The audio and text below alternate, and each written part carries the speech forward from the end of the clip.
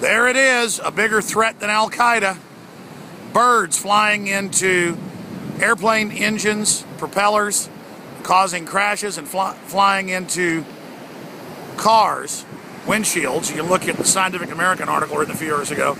Kills more people every year than the supposed terror threat. It's self-manufactured as our government gives Libya, Syria, and other areas over to Al-Qaeda control.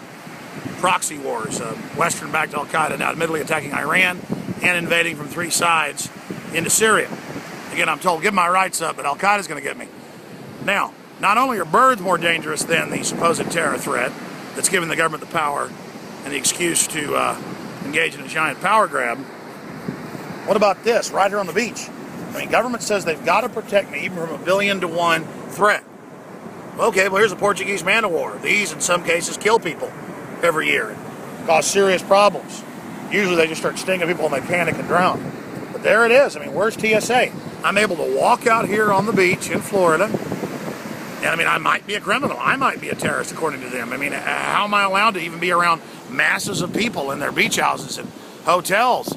I mean, terrorists could just come here and attack anybody. That's the idea, and that's why TSA is now saying, yes, we're on the highways, we're in the cities in Dallas and Denver and Houston, New York, Boston, and yes, they're saying they will be at random checkpoints on highways, because terrorists could just be anywhere. I mean, there could be one hiding up there in that cabana. There could be one behind those dunes. There could be one with a snorkel and tanks or something hiding out there about to attack. I mean, it's probably 1 out of 18 quadrillion, but so what? You know what? I have got to give up all my rights because the terrorists, ladies and gentlemen, the terrorists are everywhere. And I shouldn't be upset by our criminal government using Al-Qaeda to invade countries, or the fact that our government created Al-Qaeda, or the fact that the hijackers were trained at U.S. bases, or the fact that 6 of the 10 commissioners say that they were lied to and there's a cover-up. I'm supposed to just trust the system as they publicly work with Al-Qaeda. And as NBC News had the headline 2 weeks ago, Israel working with terror group to attack Iran, and that group and others are Al-Qaeda. I tell you what, it is reasonable. The government's got to protect me. I shouldn't be worried about democide, the #1 cause of death in the 20th century and now the 21st century, the #1 cause of unnatural death.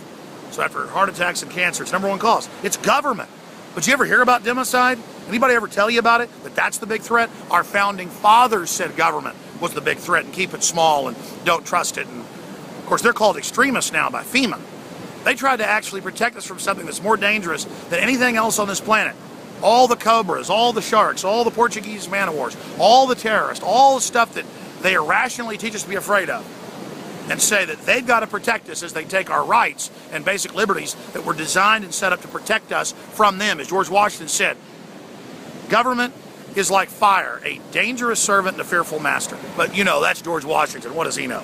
No, the government's going to protect me. All right. I'll see everybody on the radio today, 11 a.m. Central, Infowars.com. This is Adventures in Extremism.